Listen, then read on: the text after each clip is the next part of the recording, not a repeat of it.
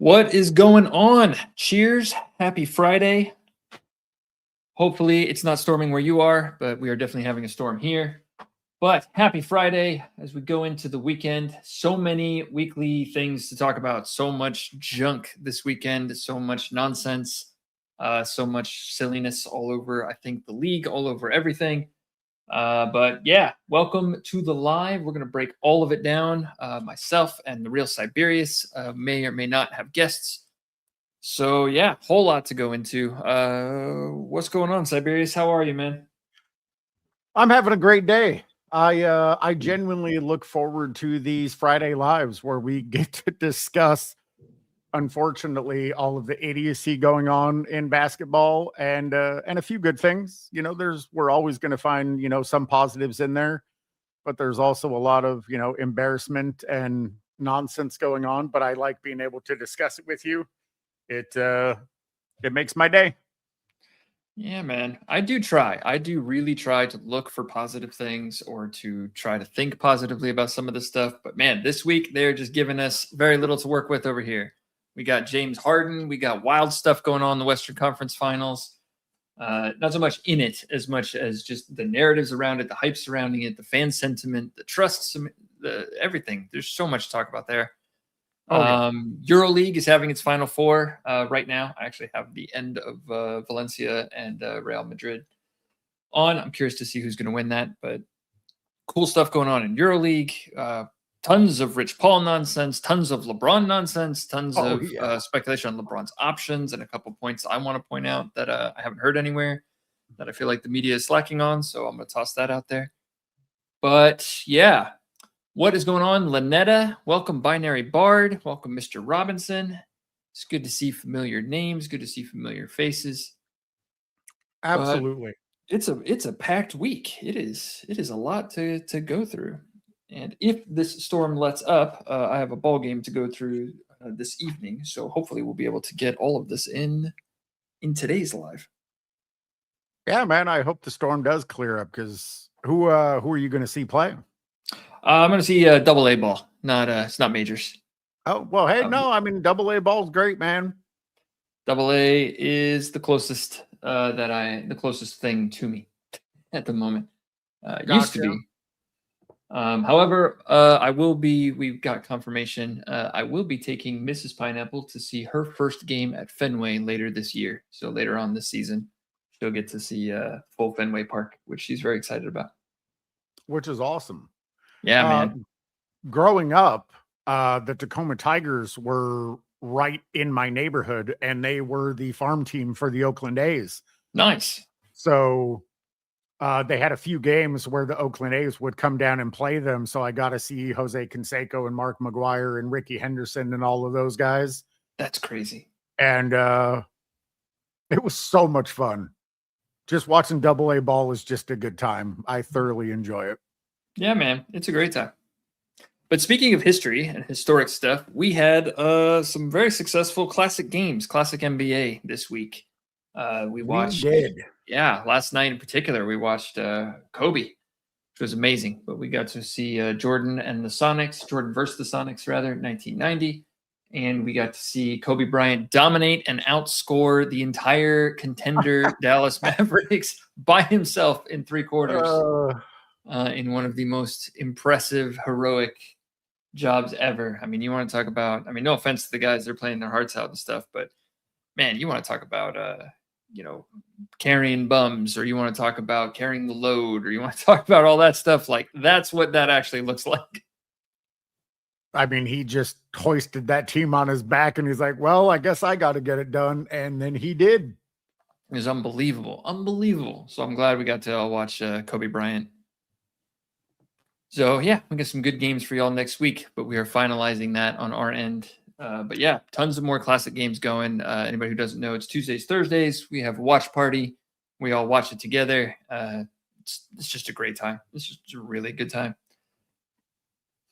But some of the takeaways from that this week, especially as they relate to this stuff, my big thing is that I noticed a lack of complaining is what I noticed. if the vets were underperforming because they were at the tail end of their careers, like in the Sonics game, the late 80s guys, X-Man and stuff, if anybody was underperforming or having any struggles with, old injuries or anything like that, minimal complaints. They were still treated. They were still considered to be sort of, that is an issue. That is a liability for this team. Let's see how they deal with that, as opposed to lying about it and pretending that it's actually the greatest thing we've ever seen in our entire lives. And there's absolutely no problems here whatsoever. And it's everybody else's fault if that weakness gets exploited. So I like that. I thought that was very cool.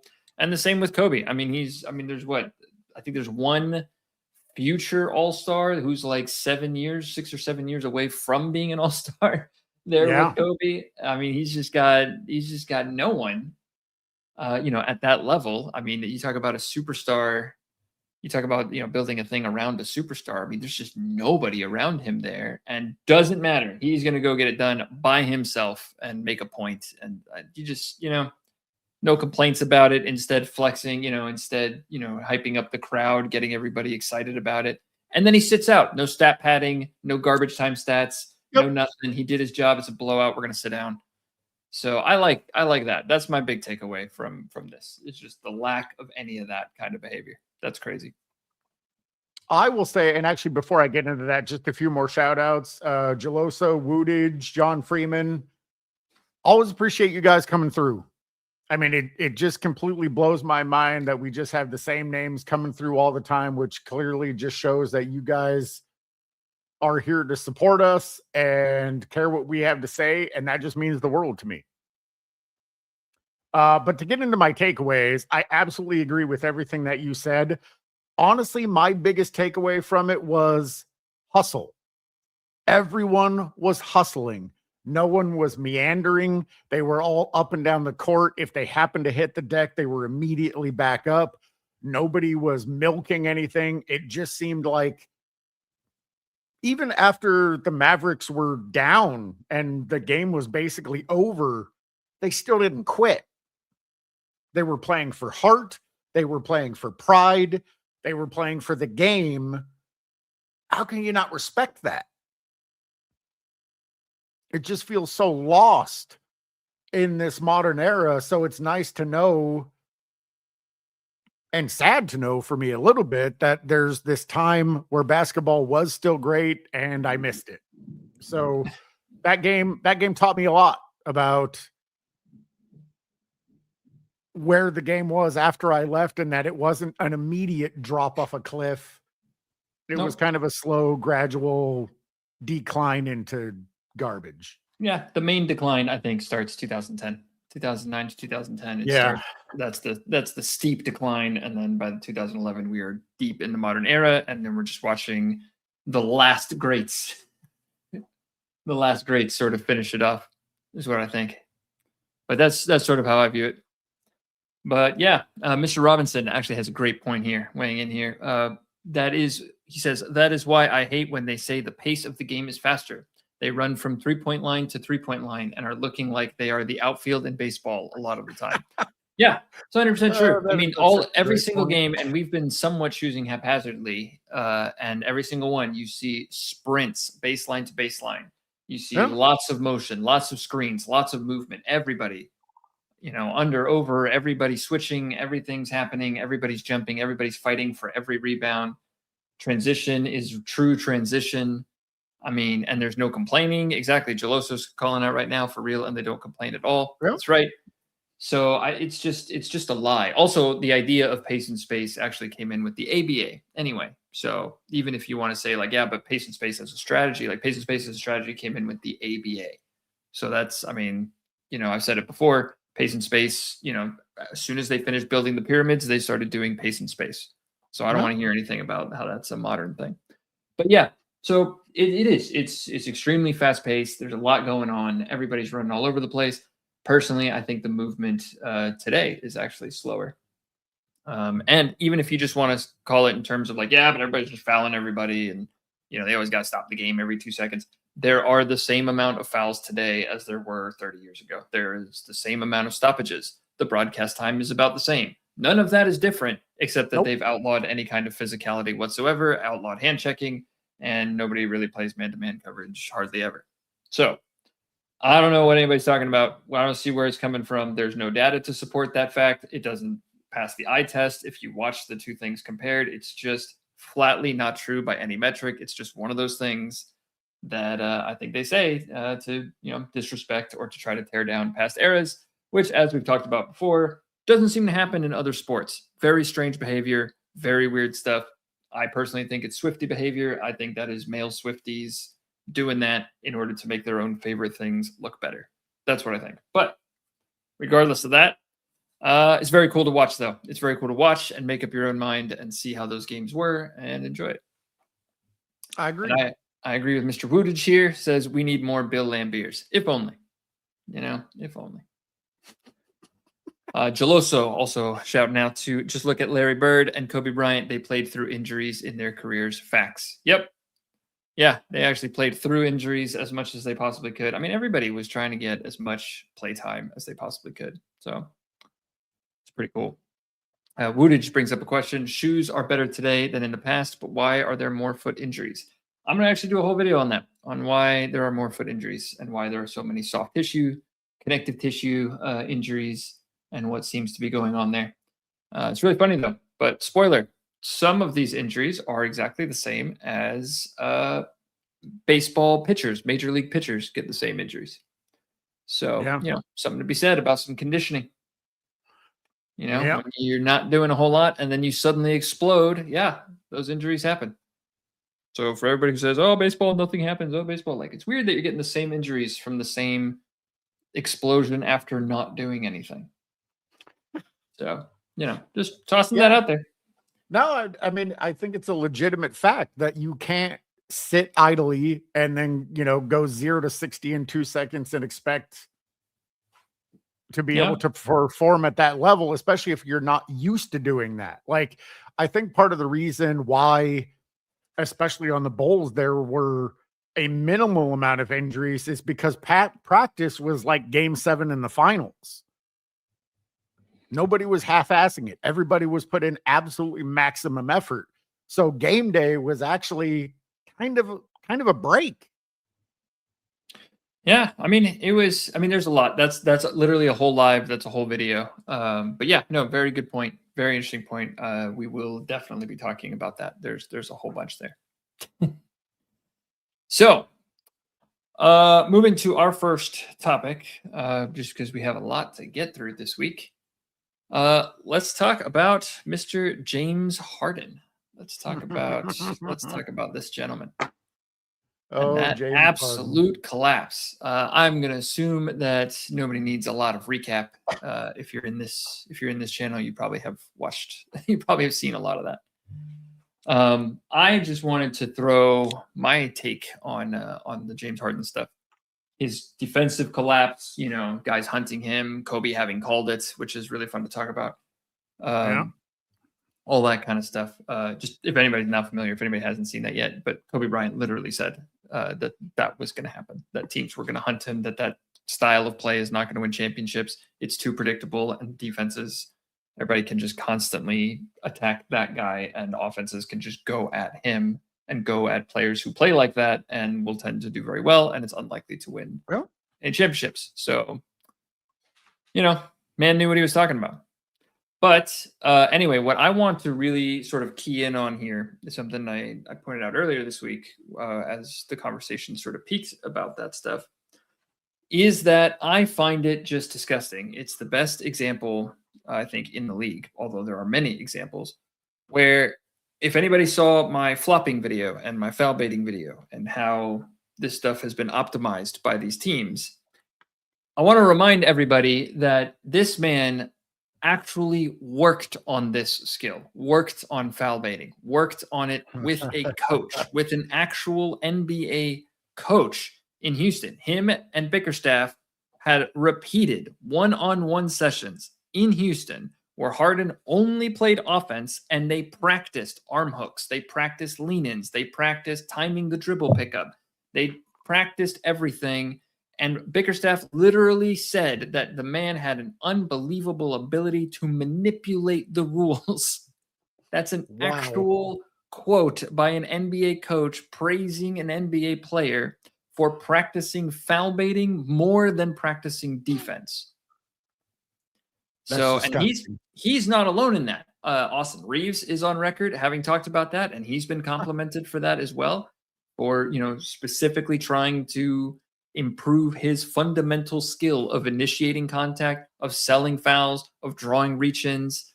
I mean, SGA is on record for this. Trae Young, Luka Doncic, Jalen Brunson, Joel Embiid. I mean, the list goes on. This is where we're at. We have coaches who are now being hired and paid to help improve foul baiting and flopping. That is how deeply this is incentivized. This is not just, oh, I just thought I would throw myself down. This is practiced. And in Harden's case, it's practiced more than defense. So I don't know if ever there was the most perfect example of everything I was talking about in that flopping video. This is how deeply the rot, I think, has gotten. We're doing this on purpose. Like, if anybody missed that video, please go back and watch it at some point. But it's all teams, every team. It's unanimous. They have unanimously voted multiple times to protect foul baiting, to protect flopping. They voted each time, and they voted to lower the fine for it. They voted first to put a $5,000 fine in, even though you got stars making $52 million. Yeah, that's I don't know what a $5,000 fine is going to do. But then they voted to lower it to $2,000.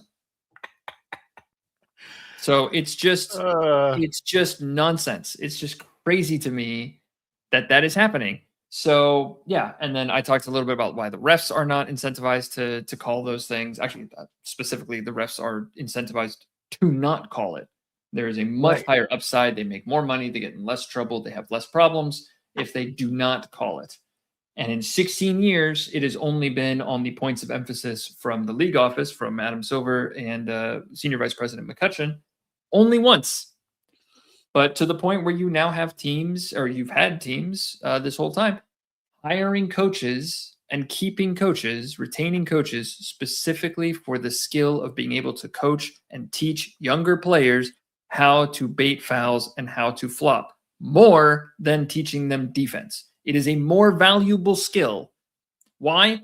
Because it's so much more efficient to do that. It's more efficient. It gets you more points. To be a great defender, you have to try to counter everybody foul baiting. Whereas to be more valuable to the team, you can just practice the foul baiting. The whistle is in your favor for the entire regular season. And then in the playoffs, it's 50-50. It's a coin toss. How is this particular ref going to be in this particular game? So you're better off sort of in the aggregate, just leaning into foul baiting, leading into flopping, leading into these reach-ins, leading into timing, leading into initiating contact offensively in ways that the refs will call against the defense instead. You're incentivized to do that, and teams are optimizing for it to the point where they're not practicing defense as much. So I know I'm kind of a broken record saying that like 6 times, but that is the level of disgust that I have for that fact. I can't. It's crazy to me that I live in a world where that is the case in professional NBA basketball. I mean, you would have been ostracized from the league for any of that behavior in the 80s and 90s, and now you're applauded for it, defended for it. I mean, obviously, if they're hiring coaches to teach that type of behavior, you're being encouraged to do it. Like, how did we get here? It's just gross. It's because some players started doing it, some teams started doing it, and then they switched it's called the competition committee. They switched the competition committee. It used to be the GMs of all 30 teams. And then they switched that it's now a very small group, not the least of which was the GMs of the Lakers and OKC both have a seat on there. And now it's not all teams. And so that small group recommended this $5,000 fine, which didn't do anything. All the teams passed it. David Stern was even against it. He's on record telling them that that's ridiculous and that's not going to do anything. Yeah. But that's what they went for.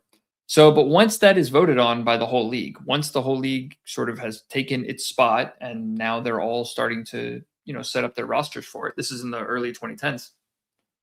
Once that starts, I mean, how do you get them to vote against themselves? How do you Well, get them to right. vote against a, $750 million roster? How do you get them to vote against that? You have a $250 million roster or or $500 million roster or whatever. How do you get them to vote against that construction? How do you get them to vote against that coaching staff? Everybody's just going to optimize for that. And the less the Absolutely. league does about it, and the less willing they are to take the short-term hit of teams adjusting to that, well, then you're never going to do it. And Adam Silver can't even do much about it because he reports to the board of governors Right. that is voting on this. So I think we're just stuck with it in America until people get upset enough, and that becomes the narrative. And maybe that's starting to happen, because this offseason or this postseason, I think we've seen it louder than we've seen in a lot of years.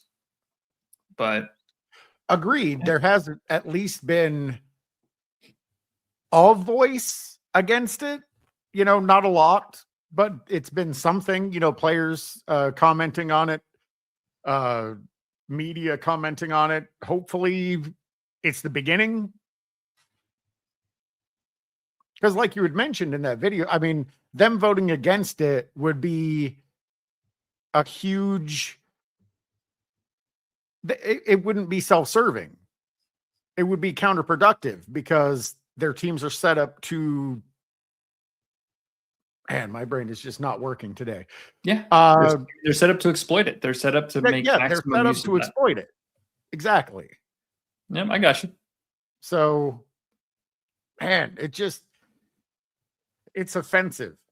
Yeah, but that's the point. My thing with the James Harden thing is just what a great example of what I'm talking about. What a great demonstration of what I was talking about in there, where as a young guy coming into the league, you will train foul baiting, you will train flopping more than you will train defense. Like, that is a more valuable fundamental skill in today's NBA. Like, that to me is the disgusting part of the thing. It's not that you practice that extra. It's that is rewarded more. That has a higher ROI for investing your time and energy into. You're better off doing one-on-one drills for foul baiting. Like, what are we doing? What is this? This is supposed to be the greatest basketball in the world, and that's what we're practicing. Like, it's just, is the next great star going to be the guy who shows up 3 hours early or 5 hours early to the gym to practice more foul baiting? Is that what the future looks like of this? Like, I mean, is there going to be a sport documentary one day that tries to shove that in my face? Like, wow, can you believe it? Imagine he showed up 5 hours early to have one-on-ones where he could practice falling on the floor like a toddler. Like, what? But yeah, I mean, I don't know. That's where that's at this point. So it's crazy. It's absolutely crazy. So I do want to highlight this comment though. Vicente Garcia said, why not double dip? Call the game correctly and get money from us old heads to boot. So that is an interesting thing that I think is happening, because I noticed that NBC, I don't know if you all remember, anyone who was here in earlier, I think it was last week's live, I was talking about a little bit about NBC's sort of demographics and what demographics they're going for. And they're mostly going for older, kind of disillusioned fans and nostalgia and all that. You'll notice that NBC is the only one who's run any kind of little package showing some of that and not calling it out, but pointing it out anyway and saying at least little things. They won't do it to the Lakers. They won't do it. They didn't do it in the Lakers OKC, but they did do it in the Western Conference Finals. They did run a little package to talk about people falling down and the fouls and, the too many calls and this, that, and the other. So I do think NBC is trying, to Vicente Garcia's point, is trying to appeal to exactly that, trying to appeal to more old heads, trying to appeal to people who are not happy about this.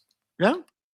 So whereas ESPN is trying to pretend that, that's actually good and that it was all Luka's fault somehow. Yeah. 4 years after LeBron James got fined for the behavior, they're saying that Luka taught him how to do it 4 years later. So I don't know what the hell ESPN is on about. ESPN is clearly not trying to win back old heads or anybody who knows any basketball, beyond, I don't know, the last 5 to 10 years. But NBC is, and that's what I'm talking about. I think over the years, and when there's less risk to them, like I said, they won't do it to the Lakers, but to younger stars, NBC seems to be a little bit more willing to kind of poke the bear a bit and point that kind of stuff out. And, we can only hope that over the next 9 years of their broadcast deal, that they will keep doing that. And hopefully that will raise some level of pressure in the next sort of rules committee meetings and stuff. And Sure. in the next collective bargaining agreement. But, we'll see. But we do have some kind of like half ally in NBC, at least when it comes to flopping and foul baiting. I agree. And I think, the reality is NBC came back for old heads. They have demonstrated that in their, like, playing the old NBA on NBC Music. They did an AI reproduction of, oh my God, I can't remember the guy's name. But yeah, you're right. Anyway, it's gone. They've done a lot of things to try to bring back old heads into the game. So it would be in their best interest to fight for those old heads. Yeah. I don't expect them to fight a whole lot, but I do expect them to at least appeal to us, which amplifies then the fan, outrage about it. But, it's a long-term take that they're not going to do anything immediately, and they're not incentivized to do anything immediately, but they are incentivized to try to please older fans. So yes. So that could help amplify some of that. That could help put a little bit of pressure over the course of the next 9 years. I know everybody wants it solved immediately. So do I, but it's going to have to be, it's going to have to be a gradual thing. It will. It'll be slow. And like I said last night, it's going to get worse before it gets better.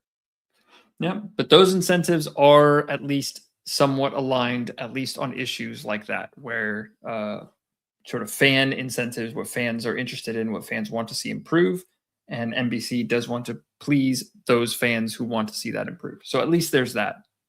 Sure. I like this comment here. Mr. Robinson says, I think it's because today integrity and honor aren't valued. Flopping isn't shamed how it should. Scamming isn't shamed how it used to be. And it will be seen by many today as being smart or a hack. It is. I think that's exactly how it's seen. I think it's seen as like, well, if those are the rules, then let's, then it's smart to, ruin the thing.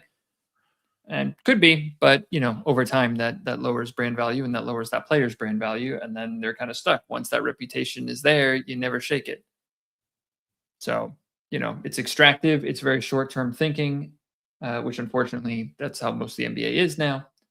But it does eventually run into consequences, and then the next group wants to avoid those consequences. So I do think that's true. But to your point about integrity and honor aren't value, I remembered, what was it, about a year ago? I'll never forget it. I remember about a year ago, I was in, I think it was Sports and Fitness's live. He was talking about something with honor and stuff. And I remember there was a fanboy who literally said, "What are you talking about? There is no honor in sports." So, not anymore. So in terms of speculating on whether or not that's something that people think, yes, that is actually from the mouths of fanboys. They believe there's no honor in sports and that there shouldn't be. Oh, okay then. So I guess we're stuck with that. Real quick, I do want to give some shout outs. Mike Lowry, thank you for joining us. JW in the house, Nemo LA in the house. St. Philip near me in the house. I appreciate you guys joining us, and you guys always have such great takes. That's one of the things that I love about our consistent watchers or viewers is they bring knowledge. They all have a deep understanding of the game. They all hold it to an incredibly high standard. They refuse to accept mediocrity or lower the bar or move the goalposts. And that's what I'm all about. Yeah. JW says players can't deal with the probability of becoming a clip if they get embarrassed on defense. 100%. Yep. 100%. Absolutely. I mean, that's absolutely it. What's going on, Nemo? Good to see you. St. Philip near me says, if I'm Cleveland, I would play Dennis Schroeder more minutes and sit Harden. I don't care how much money he's making. Defensively, he's a major liability and refuses to help on D2. Yeah. I mean, his job is to get them through. His job is to help them with the regular season. He's not there to win a specific series. He's there to accumulate enough free throws, enough free points that in the aggregate they do well. They get a playoff run, and people in Cleveland can be happy that, oh, look, we're getting to the playoffs. It's improving. And then that's about it. He's not there to win a championship. He's not there to actually go deep. He's not there to help them actually do anything. He's only there, I think, to make it to the regular season, because that's all that strategy is able to do. And even Kobe Bryant called it out early on. Yeah. And especially since, as I said, the man literally goes to practice and practices doing exactly that. So you can't tell me that's not his goal when that's what he shows up to practice. No, it's obviously he's putting his time where it's best served to him, I guess. Yeah, that's what's high. That's disgusting. That's what's most incentivized. That's the highest return for his investment. So that's what he's doing there. So yeah, if it were me, as soon as we got to the playoffs, then all right, you sit down. Like, you did your job. You hacked your way to get us to help us get to the playoffs. Now sit down. Especially since, I mean, your reputation should precede you. And James Harden's reputation in the playoffs is he's a magician and he will make himself disappear entirely. Yeah. Why somebody would why the Cavs even went after him is crazy. Like, clearly you don't have any interest in winning. Because he's cheap. Honestly, he's not very expensive. No, I mean, he's not, but for the name recognition, he's really not very expensive. So he's a cheap play for a mid-market team. He's a cheap play that helps them get to the playoffs and restores some excitement about Cleveland and puts them back in the conversation, even if it virtually guarantees that they can't actually win anything.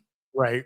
So I really think that's what he's there for. It makes sense to me as a mid-market strategy.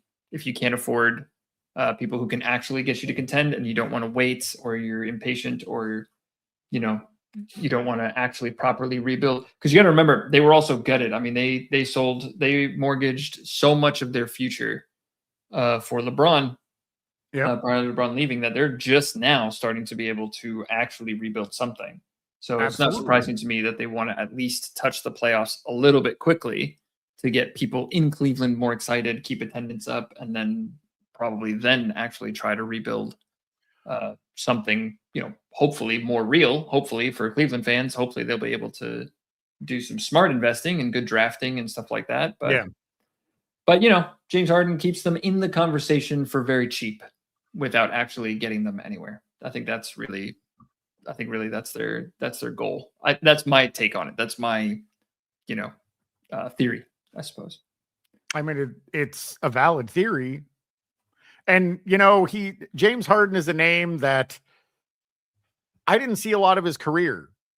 I was going to say, I didn't see when he scored 31, averaged 31 for that one season or whatever, when he was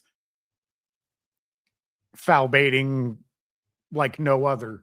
But he's still a name that comes up, especially for modern NBA apologists. I constantly hear, whenever they're talking about greatest scorers, they're always talking about him.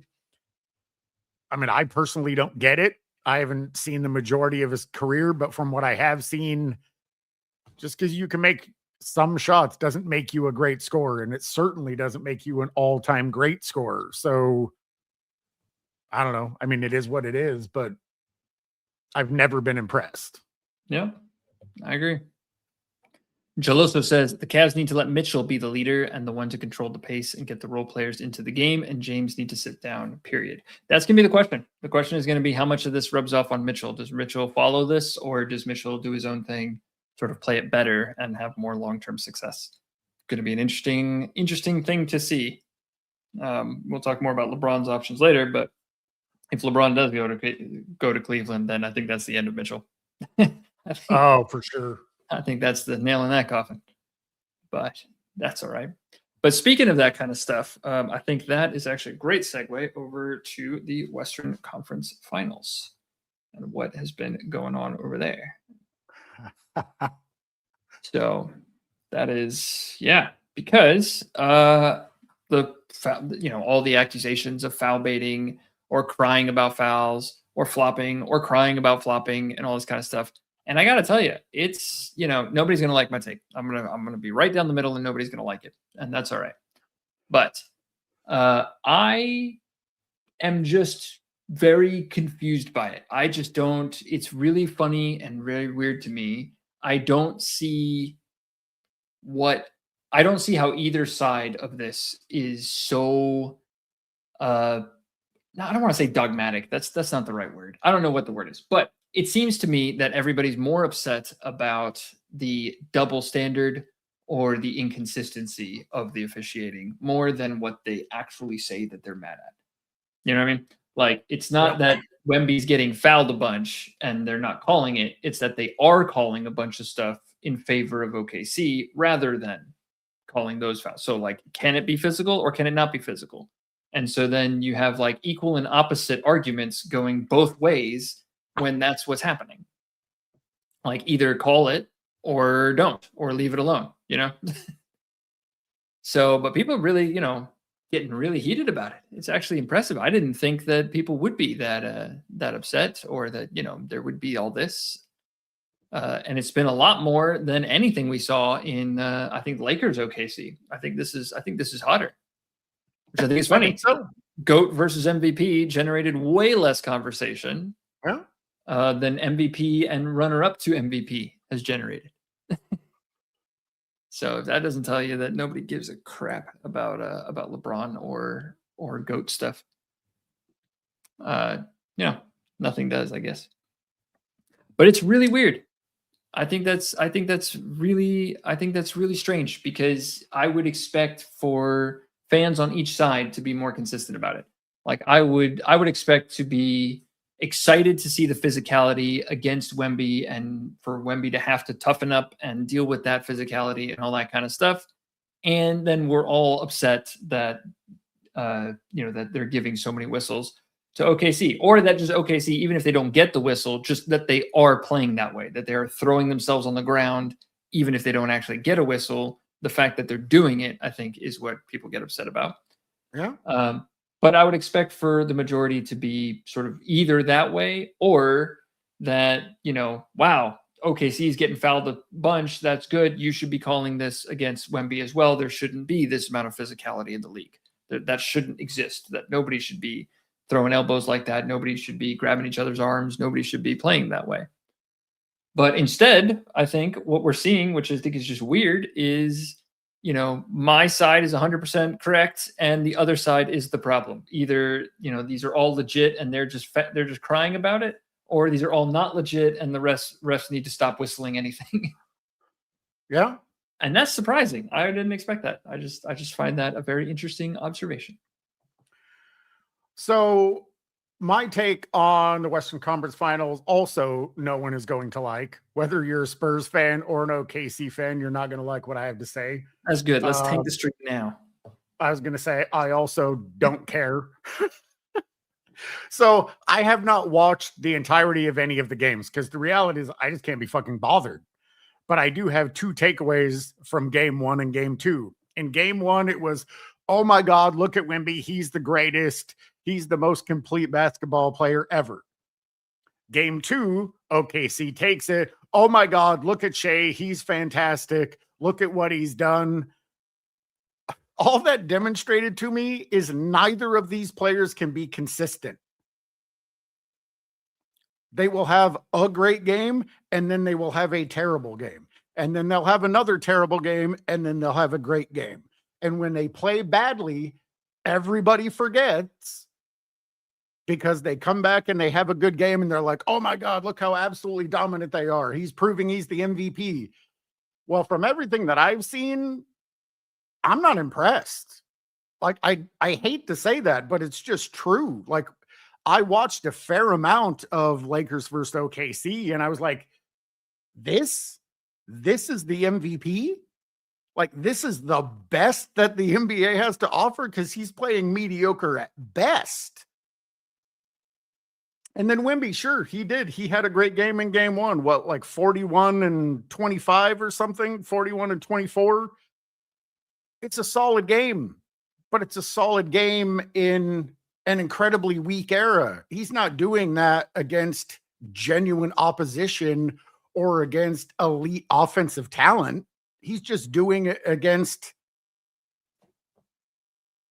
guys. I mean, I don't want to disparage their talent because I mean they obviously have more talent than myself, but like they always like to shoehorn these players into conversations with actual greats. Like people were talking about Wemby and Akeem and Wemby and Shaq and Shea and Jordan and Shea and Kobe. And I'm like, whoa.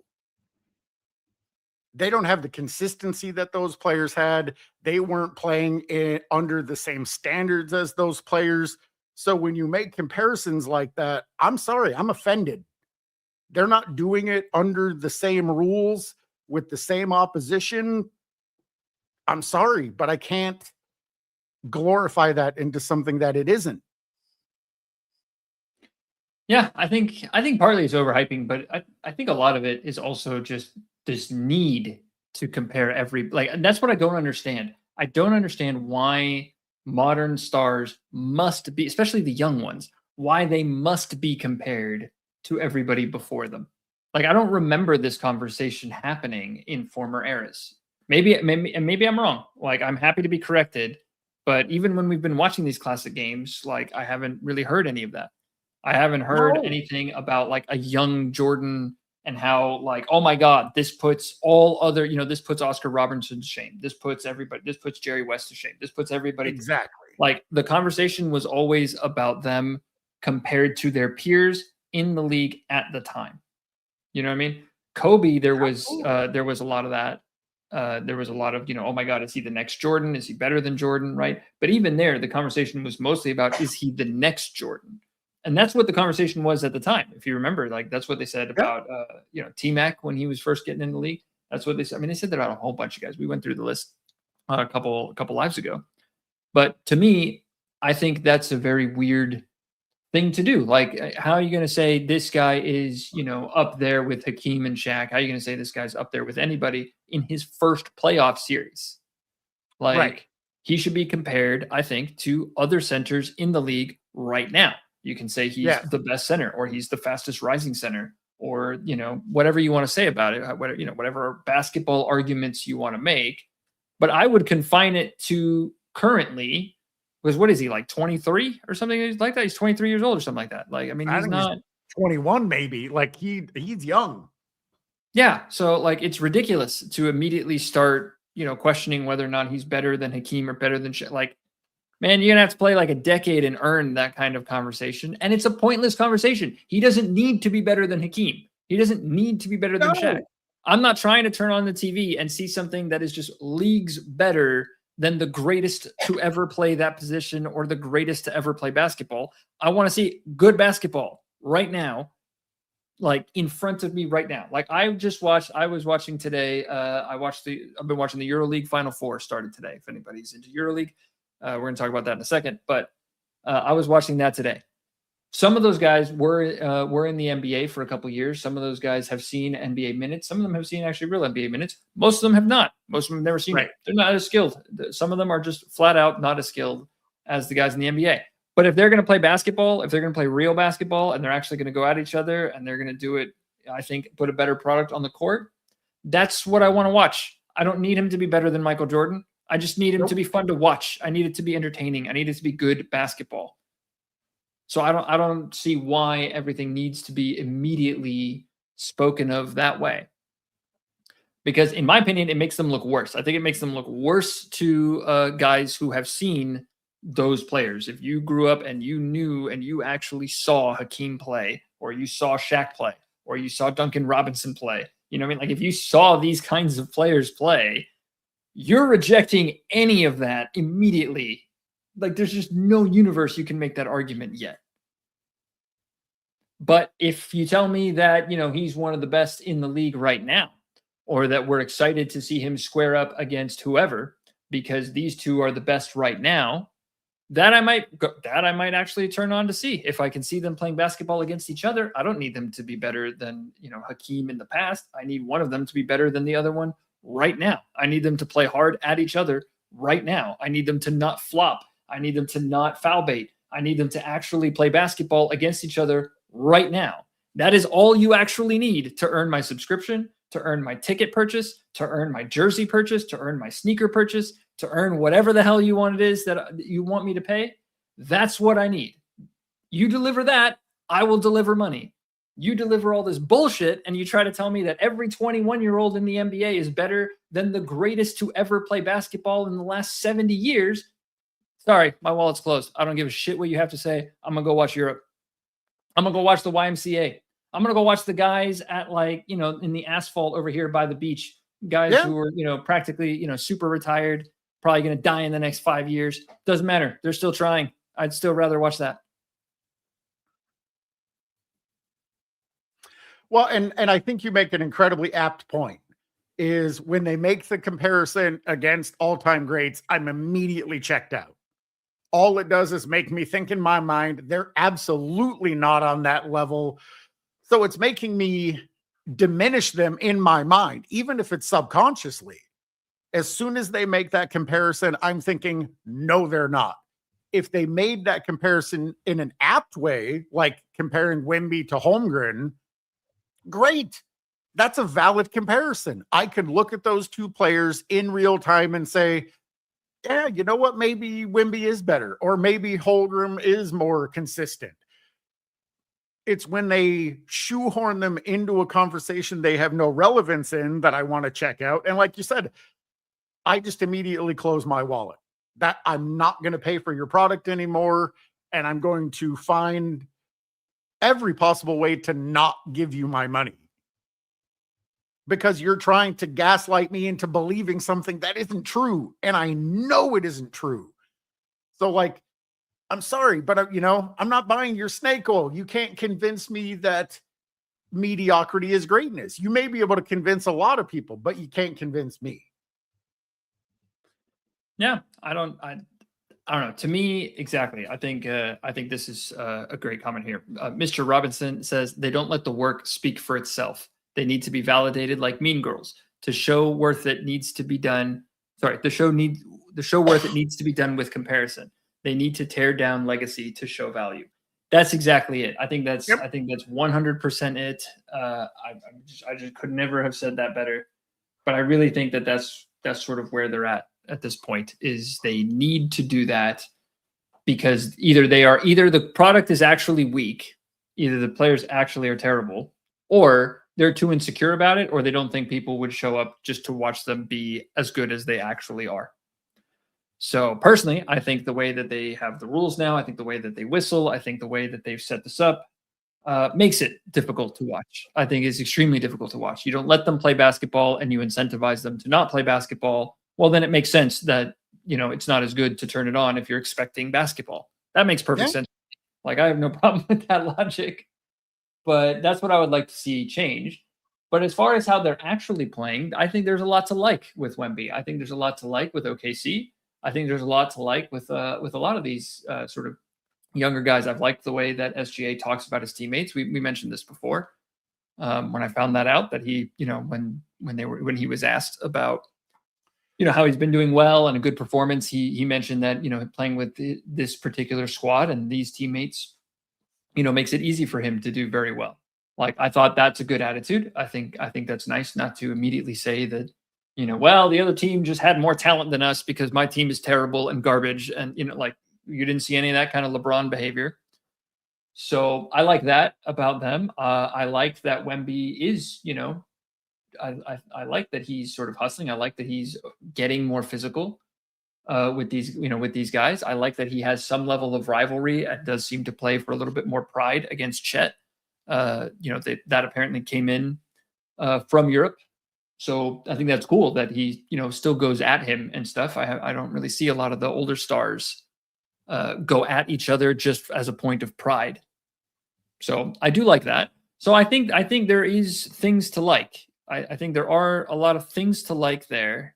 I would like to see that stuff be emphasized. I would like that stuff to be talked about more. And I would like to see their games and that stuff be sort of judged on their merits, and leave Hakeem out of this. Leave Shaq out of this. Leave the old everything out of this. No, current OKC is not the same as the 86 Celtics. That's an insane thing to say. It is. Stop it. Just absolutely stop it. Just talk about them on their own merits. If they're not good enough, they're not good enough. If they're good enough or entertaining enough on their own merits, maybe I will watch it then. But stop. Just stop. Stop telling me that this is the greatest team in history just to justify LeBron losing to it. Like, it's just not true. It's ridiculous. And if it was true, what does that say about the Spurs? They're currently tied right now. Does that mean the Spurs are even better than that? Like, is everything that OKC loses to better than that? Like, what are we doing? Like, you box yourself into these corners where, right here, actually, as Nemo's saying right now, Nemo says, also, the media has lost credibility because they've been lying to the audience for years. They lost the trust. We know that what we're looking at. That's exactly what's on the board here on the screen is the main takeaway from all of this. It's just a low trust thing. We no longer trust the things they say. We don't trust the narratives that they put out. We don't, it's the same as like sponsored posts on Instagram. We just don't trust it anymore. And now we're not even trusting the refs anymore. On either side, Spurs fans are not trusting the refs because they're not blowing it for Wemby. OKC fans are not trusting it. Like, nobody's trusting it because they see their players fall down on the ground after taking a jump shot without anybody touching them, and they think they should get a whistle because they were getting whistles for it all year. Like, stop. Everybody just stop it. We need to restore trust in the NBA, and currently I don't see how that's going to happen. Maybe gradually within 5 to 9 years. But I think that's where everybody's at. I think the trust is just so broken for everybody. Like, I think that's where it's at. And Rich Paul is not helping. Thank you for making a podcast, Rich Paul, because, man, if you believe in accelerationism at all, then Rich Paul is your favorite person. Like, if you believe that it needs to get worse before it gets better, thank you, Rich Paul, for going out there 3 days a week and making it infinitely worse, infinitely faster. Maybe the better days will get here faster thanks to this nonsense. So, I don't know. That's where I'm at with that. But otherwise, what I have seen of the Western Conference Finals has been interesting. I don't think it's a crazy thing one way or the other, and I also don't think it's the most historic thing to ever happen. Like, it just seems like, oh, okay, cool. These young guys are getting better, and these young teams are showing some interesting possibilities. Hopefully that will get better over time. Hopefully it doesn't get worse.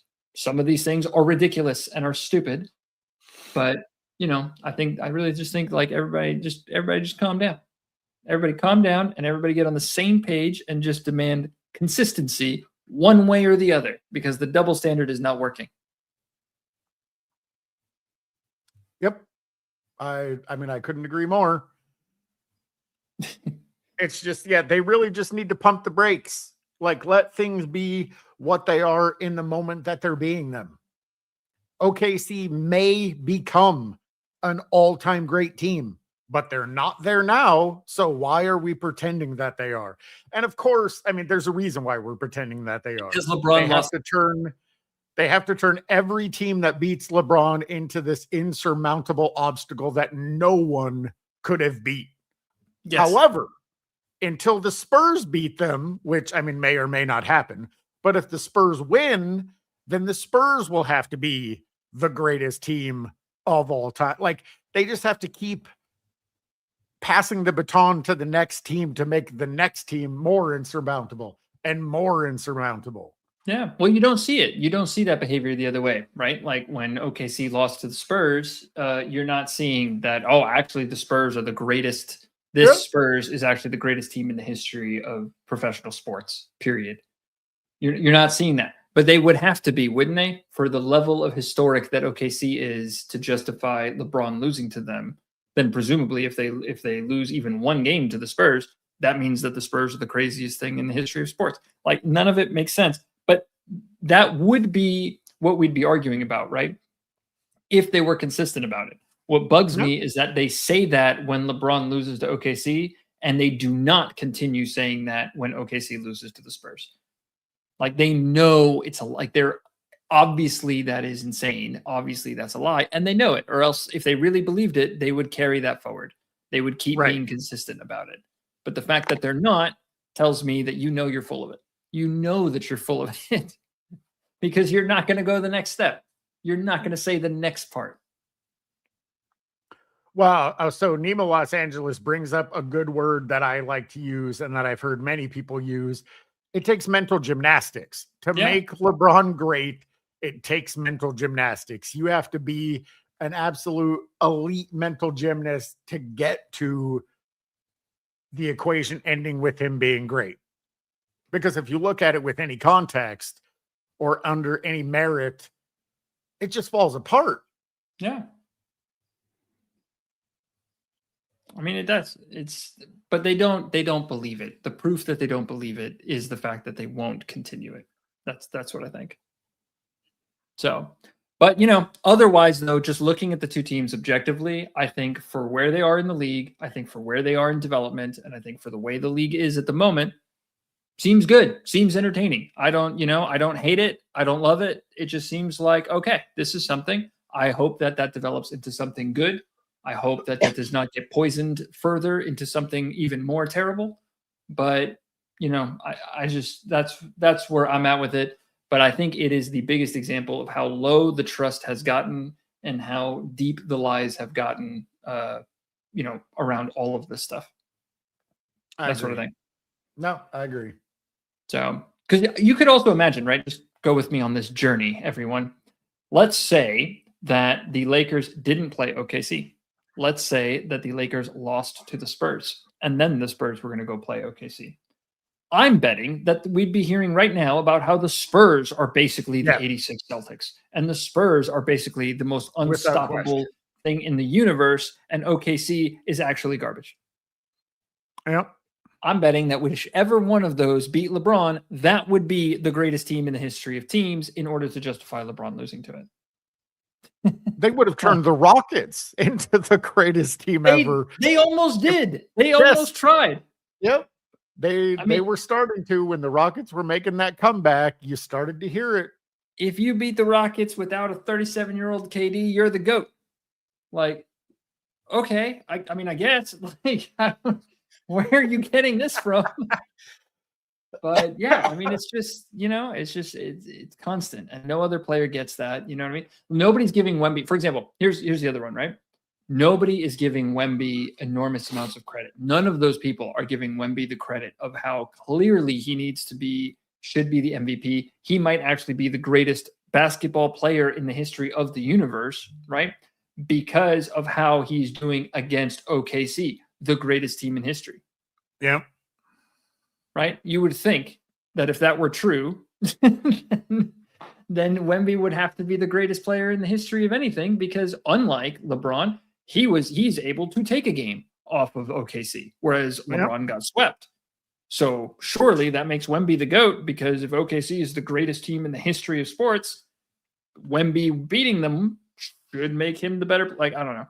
But they don't do any of this. It's all bullshit. It's all nonsense. It's all manufactured. and I just, so it's better just to mute them or not talk about them at all. But then you started, a YouTube channel talking about the NBA, and then YouTube is constantly immediately start spamming you with every stupid thing these people say. And then you get mad about it, and then you end up on a live bitching about it. So that's the story of how that got here. So I have to mention this comment only because it's self-serving, so I apologize for that. But RP Robinson says, let's not forget that LeBron is not selfish, because unlike Jordan and Kobe, he did not have two parents at home. The wise words of the Apostle Rich Paul. So that is exactly what my most recent video today is about. And the video is titled "The Excuse That Offends Me the Most," because that is the excuse that offends me the most. It is. But also, I really implore all of you to go watch that video, because while it does start with that stupid fucking narrative, I end it with what sports means. And I am genuinely curious to hear how all of you feel about it. So please watch it. Please comment. I'm not looking for glaze. I'm just looking for honesty. You don't have to be a yes man or a sycophant to tell me, oh, fantastic video. Don't even acknowledge the video at all. I'm just curious to hear what you guys think about what I said about sports about halfway to the end of that video. Now I'll shut up about it. Mark Raving Mad says, I love this, even if they were that logically consistent, they'd pivot to, but let's see if Wemby can do it at 41. Oh, absolutely. Yep. You'd think you'd be waiting for that, right? You'd think you'd be waiting. Well, anybody can be good, at 21 or 23 years old or whatever he is. But let's see, we got to wait now for somebody to get to 41 before we can say that they're anything. Like, you don't see that either. That's an outstanding point. They just don't carry that energy forward for anybody else ever. And it's just gross. It's just gross. And it's just straight up lies. It's just, there's no other way to say it. It's just what it is. But on that note, I want to shout out to EuroLeague. Probably going to lose half of you, and I'm not going to talk about it for very long. But the Final Four of EuroLeague got underway today. We had Olympiacos, who I am primarily watching and have been watching because the two Serbian teams did not even make it to the playoffs. But so Olympiacos, the Greek teams, are then fun to watch, and Valencia is fun to watch as well this year. But anyway, so there's a point I want to make about that, though. So one of the games was Olympiacos against Istanbul. They won. It was great. It was phenomenal basketball. It was an absolute great time. This guy's probably going to get back-to-back MVPs, which is just wild. Very rarely happens over there. So very cool. If anybody's into EuroLeague, that's really fun. I know we have had some in the chat before who were into EuroLeague. While actually it just finished while we were live, was Real Madrid and Valencia were playing each other. And there's a guy on Real Madrid that I want to call attention to. Is this guy named Sergio Ball. Sergio Ball is his name. And he is sort of the longevity guy. He's like the Cal Ripken Jr. over there for Madrid. He has played some nonsense. I think it's like 456 games straight. And EuroLeague is a lot shorter than the NBA. I mean, the whole thing is done very quickly. So the fact that he's done some 400 and something games is wild for him. But anyway, so he's much older now. I think I want to say he's like 38, 37, 38. So he's a lot older than most of the guys in EuroLeague. And he's been there for ages. He's primarily a great perimeter shooter, phenomenal three-point shooter. But he's older now, and that's a lot of years to hit 400 and something thing. It's like 19 or 20 years that he's been doing this. Anyway, there was this long discussion of him. This is the Final Four, right? So this is the semifinals. There was this long, like almost 10-minute discussion about him that they kept coming back to throughout the game, talking about how he's still lethal and he still makes some game-winning shots. He still makes some really clutch shots sometimes, but it's really dangerous to put him in because he's 37, 38, whatever he is, because he's so much slower now and because he's such a defensive liability. It will be fascinating to see how they strategize around that, because it can give the other team, it can give Valencia a huge window where their younger guys can come in and just go right at him. So we'll see if they save any timeouts. We'll see it. And there was this whole debate for like 10 minutes about the pros and cons. He's a fan favorite. He can still hit these big clutch shots. However, he is old and he is a liability and he's no longer as fast as he was. And he can't play the defense that he used to be able to play anymore. And so how are both teams going to handle it? And, at what point is he going to retire? But as long as he can still contribute sometimes, it's still really cool. But can you still play him in the big moments? And there was this whole debate around it. And my mind was just blown. I was speechless. My jaw hit the floor when they were talking about this. And I was just like, oh, so there are places where you are allowed to say exactly those things. Like, how many times have we talked about the defensive liability of LeBron? Like, how many AOH breakdowns, how many AOH videos have we seen where he's just standing there, literally watching people walk by him, 2 feet away, not boxing out anybody and everything. But they cannot say that that's a liability. They cannot say that that's a problem. Like, they can't strategize around this. They can't construct their roster for this. The opposing team can't talk about that. Like, his teammates can't talk about that. Like, nobody can say any of that stuff. And the announcers don't mention any of it. It's just like, well, he's still the GOAT, obviously. So if he loses, OKC must be basically the 86 Celtics. And it's like, could you maybe just, I don't know. It was just the wildest thing to me. I just couldn't believe it. So anyway, I promise there won't be a ton of EuroLeague right now, but I do hope that, I mean, I'm going to keep talking a little bit about it, mentioning it next year, especially as the NBA Europe stuff gets going. There's a lot of really interesting things to talk about with that. And I'm hot on it. I'm actually really excited to see how that situation develops. We'll be talking a lot more about that in the offseason because I am personally fascinated by that. So I hope that some of you may find that fascinating. For sure.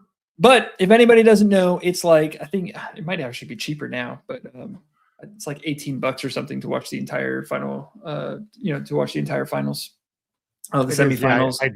I just looked at it. Yeah, it's the semifinals and the finals. Yeah, you can watch the whole thing for $18. It's great. Just literally go to EuroTV's website and they have an app that works on just about everything. But it's great basketball. It's really cool. But I just couldn't believe that they were spending all that time talking about it and paying him all the respect in the world for everything that he's done for that team and for how great he was.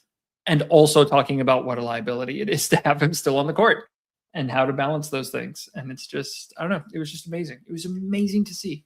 Last time I saw that was the Orioles literally talking about Cal Ripken Jr. Nobody said any of these people were the greatest of all time. They were beloved guys. They were good. They had great primes. Now they're old. Now we have to deal with that fact because they're going to be on the court.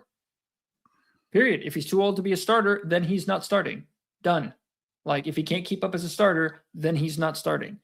They're not saying that everybody else on Madrid is terrible to keep him a starter. He's not starting. He played like 3 minutes, maybe 4 minutes. EuroLeague games are a little bit shorter. I should mention they're 8 minutes shorter. So that would be the equivalent of him playing maybe 8 minutes, in the NBA. So I don't know, just a really cool thing that happened. So, if you are interested in that, I highly recommend checking it out. And I would watch the two semifinal games from today. It's very cool. It's nice to know that the rest of the world hasn't completely lost their fucking minds and that you can be respectful to someone, respectful to their career without turning it into something it never was. Yeah, you don't have to be dishonest about it. Like, was Cal Ripken utter elite at the end of his career? No. And they were pretending that he was. And that wasn't a discredit to him. It wasn't disrespectful to what he did or what he meant to the Orioles. It was just the reality of the situation. Why can't we live in reality anymore? Yeah. And he was great. I mean, nobody hated him. Nobody disliked him. But nobody said he was the GOAT of baseball either. Like, no. It's okay. It's okay. So I don't know. At a certain point, it just becomes a human, I don't know, fear of being seen as old. Like, I don't know. I don't know what it is. Or just money. Maybe I'm just trying to be idealistic, but maybe it is actually just as disgusting as that. Maybe it's just the money. I think there's some level of truth to that. Like, hopefully not as much as it probably is, but there's definitely a morsel of truth in that for sure. Yeah. But anyway, so that's really fun. If anybody's interested in that, you should go check it out. It was really cool, and I think the finals, as this moves on, it's going to be even better. But it's very cool. It's very cool stuff. But yes, other places have real basketball still, and it's great. It's absolutely fantastic to see. So to me, it's the only hope at this point. NCAA rotates too quickly. Yeah. And so to me, I think Europe and EuroLeague are really the way. So one more little thing about that is on the other side of that, Istanbul, who lost to Olympiacos today, but Istanbul was getting roasted because they started falling too far behind, got desperate, and started just chucking up threes, and they got roasted for it. I mean, roasted for it. Like, they were just, you can't be doing that. Like, it's such a low percentage shot. Like, it's not like, and I think they went like 7 for like 30 or something, and everybody was roasting them. They were getting booed and everything. Like, it was crazy. Like, nobody liked it, and it didn't work, and they lost. Yeah, and they lost because it didn't work. Huh? I mean, what's crazy is when the Celtics did that, they even said after the game, we're not changing our our game plan. Well, then you're fucking idiots. Like, Yeah. wow.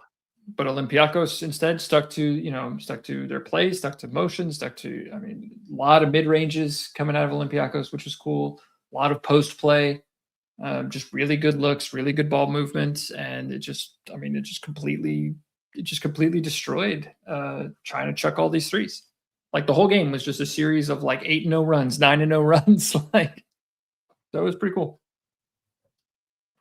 It was cool to see. But it's just something different. But it's just cool to know that still exists out there, and I hope that has a positive influence on the NBA as NBA Europe gets underway. So that's my hope for that. I absolutely hope so.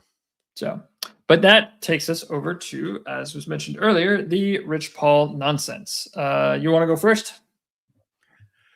I touched on it a little bit just because that is what my video was about, of him trying to disparage Kobe and Jordan because they had two parents. I really go into it in my video of just the complete idiocy that is making the excuse that, oh, I came from a single family home, the world was out to get me and nothing is fair. And oh my God.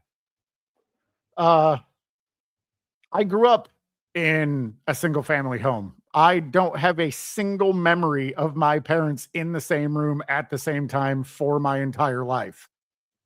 I'm not going to go into all of it, but I just think it's ludicrous, especially then to even associate selfishness with parents as if one has anything to do with the other, and to use that as a weapon to try to take away from two all-time greats is just desperate and pathetic. That's pretty much all I have to say, but I'd be curious to hear your thoughts on it. I think I agree with literally everything that everybody has said about how unbelievably nonsensical and stupid and ridiculous it is. But I want to go one little step further, or rather one step back, just to back up for a second. So the Lakers are not real contenders. The Lakers need major trades, major changes, major trades, right? We need to get rid of Austin Reeves for Jaren Jackson Jr. That would be an extremely smart move to do, right? Yeah. Clearly, OKC is wildly more talented. Clearly, OKC is one of the greatest teams to have ever played the game. Michael Jordan and Kobe Bryant, sure, they're killer instinct players. They're clutch gene players. Sure, they're great scorers.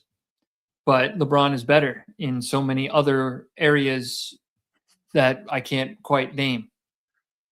Also, MJ and Kobe have the reason that they have any of that stuff is because they grew up in two-parent households, whereas LeBron obviously is extremely unselfish because he grew up, with a single parent. Okay. This is everything. These are all the different conversations that this man has spewed since LeBron started performing poorly against OKC. I think that's a wide array of topics. I think that's a whole lot of things to talk about. I think that's an enormous amount of nonsense to say in such an extremely short amount of time.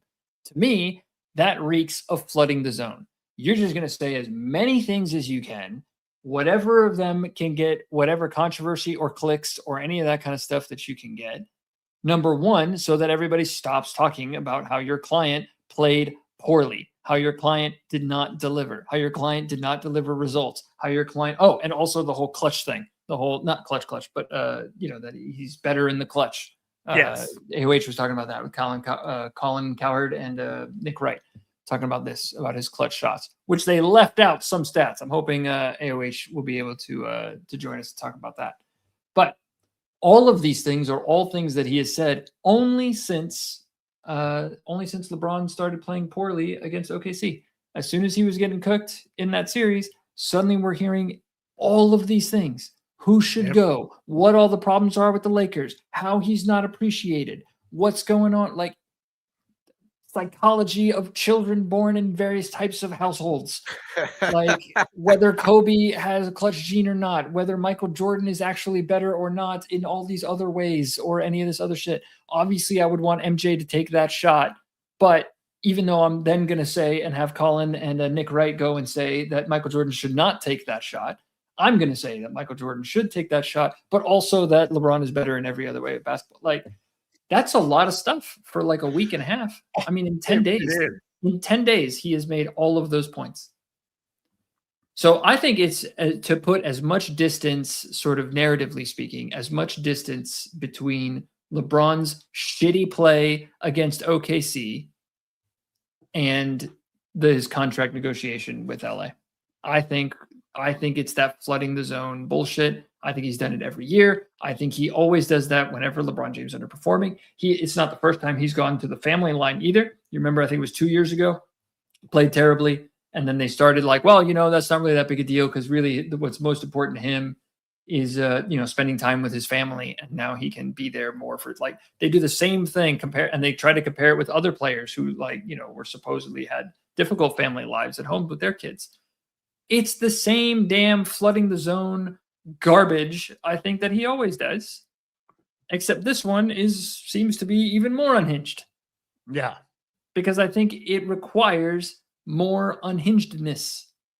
I think it's less effective every year, and so it requires this escalation every year. So it does. So I just want to zoom out to that. Regardless of the individual nonsense of each one of those takes, I just want to point out that it's been 10 days, and those are all the takes that I could just list off quickly, before coming on live. Yep. There might even be some that I'm forgetting about. But that's what stuck out to me.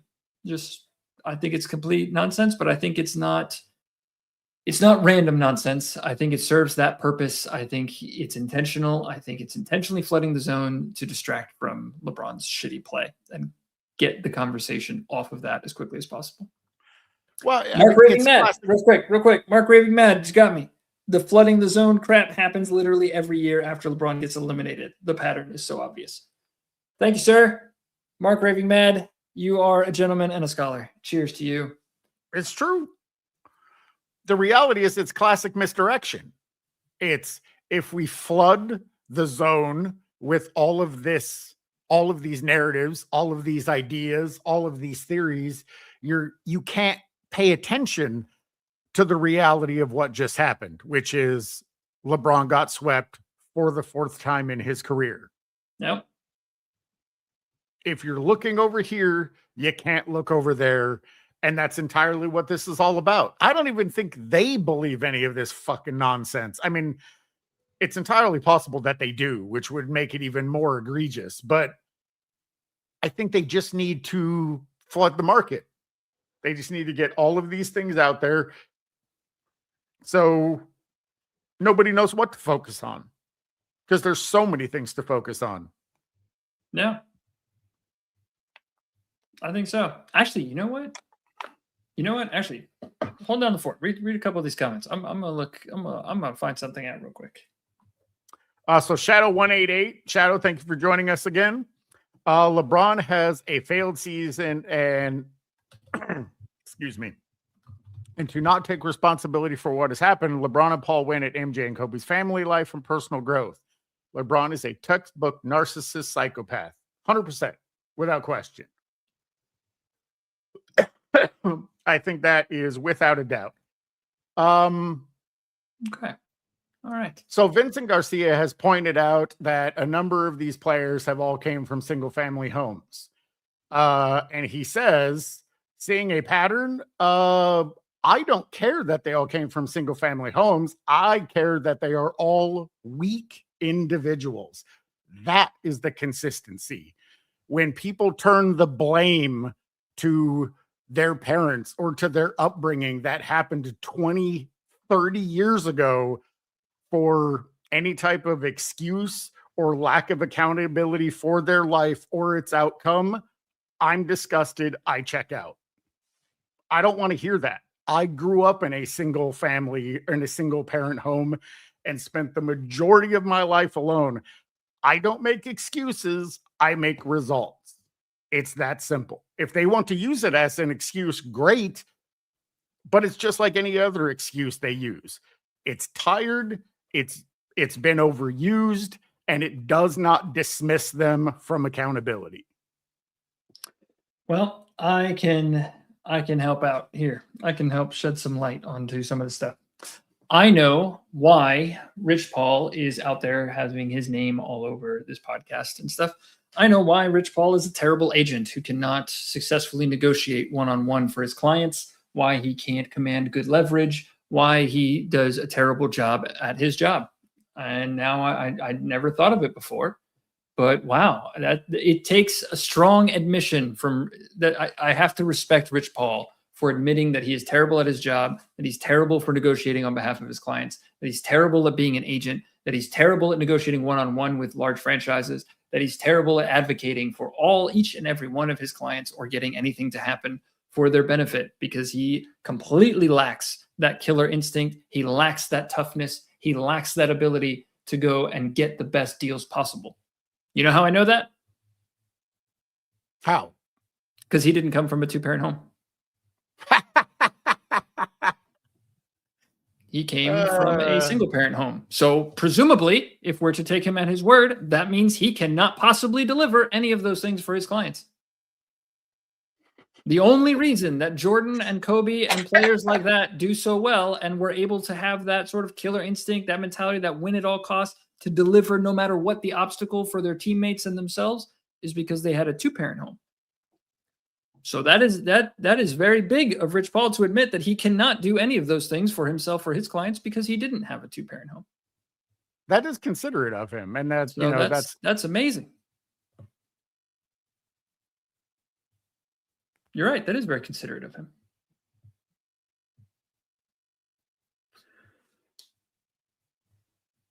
I don't know why I didn't think to look that up before. Yeah. But it just occurred to me, like, wait a minute. So are you saying you can't do that? Apparently that is what he's saying. Alternatively, he does a great job and he thinks he's very good at his job and he wants to keep doing that. In which case, what the hell are you talking about? Then clearly that's got nothing to do with fuck all. Like, I don't know. What a psycho, man. I mean, it's just such a nonsensical thing. But like I said, I don't think it's designed to be true. I don't think he's actually a true take. I don't think he believes that shit. I think we're just flooding the zone with a bunch of random shit, trying to garner whatever sympathy, trying to garner whatever hype, trying to garner whatever, just giving as many talking points as humanly possible to talk about everything in the universe and keep LeBron's name in the media, despite him no longer being in the playoffs, as they try to negotiate contracts or potential contracts with other teams. Sure. Because you don't want people, while you're negotiating this kind of stuff, you say, well, I still want $50 million or I still want $52 million from somebody. The conversation cannot continue to be, man, can you believe how poorly he performed in the playoffs against OKC? Can you believe how much better his teammates performed than him? Can you believe, you know what I mean? Like, so that's what I think, which is actually a fantastic segue to the next little piece here of LeBron's nonsense. Oh, wow. But you had a point. I'm just going to put it up here now. I'm sad AOH can't see it, but one of the things that I think probably what he does not want us talking about instead, and the reason he's pushing all this stuff, is as they try to go negotiate all of the value that LeBron brings and why he's worth $50 million, and maybe even should re-sign with the Lakers because how much he brings for the Lakers. I don't think he's going to like this. This is the LeBron difference. And this goes to what I know you want to talk about, what you're chomping at the bit to talk about, the out-talented thing. Without LeBron James, the Lakers this season were 63.6% for their win rate. They won 63.6% of their games without LeBron James versus opponents who had 51.2% win rates for the season. With LeBron James, they had a slightly higher 1.4. They had a slightly higher win rate against slightly worse teams. So they do a little bit better against teams that are a little bit worse when LeBron is on the court. And they do just about the same against teams that are better when he's not there. So, wow. That seems like it's worth $52 million to me. Yeah, me too. But yeah, I know you were wanting to jump on that out-talented thing. So I actually screenshotted the article.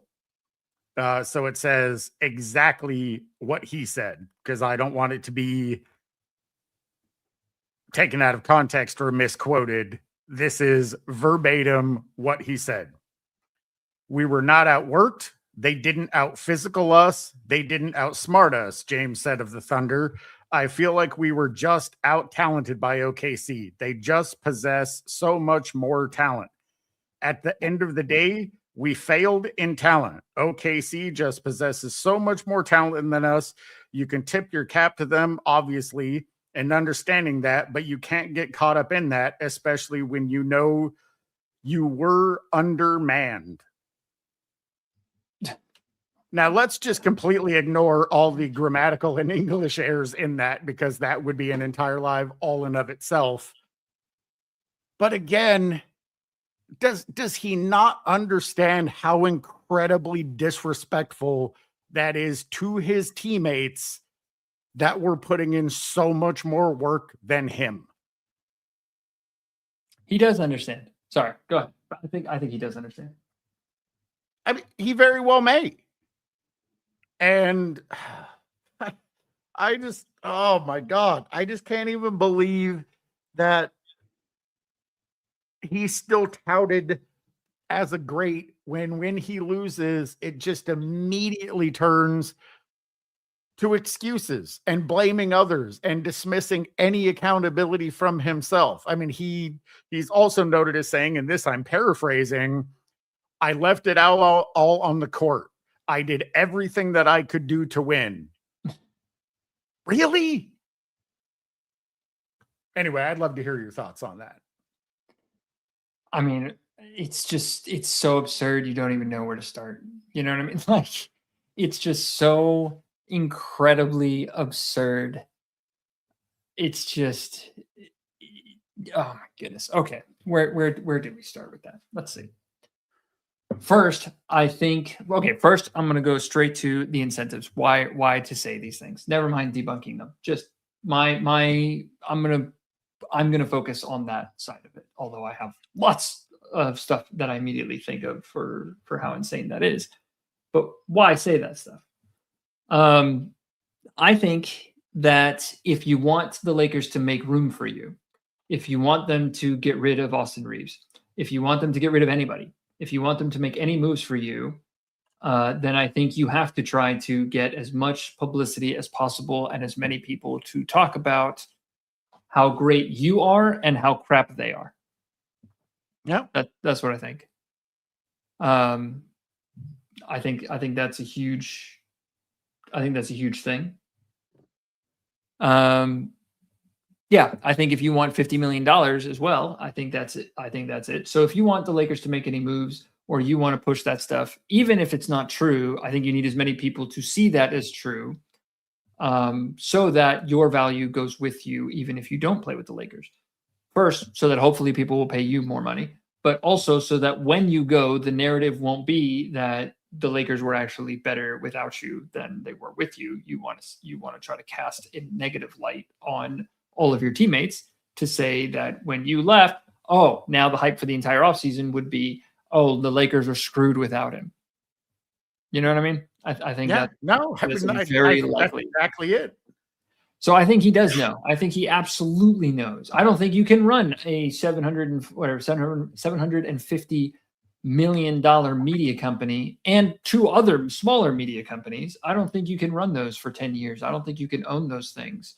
For 18 years now. I don't think you can run that shit for 18 years and not know that is throwing your teammates under the bus or what kind of effect that will have in the media. You run 3 different media companies. So I think that's true. So I think it's absolutely. I think it's that strategic. I think that's what the goal is. I think the goal is to try to build that narrative, to have sort of fan pressure. I think he doesn't want to lose control of his own narrative, and I think by Sure. disparaging the others in LA, then then it puts the Lakers in a position where they don't want to piss off or disappoint the LA fans. I mean, they don't want the backlash for letting him go. I think that's.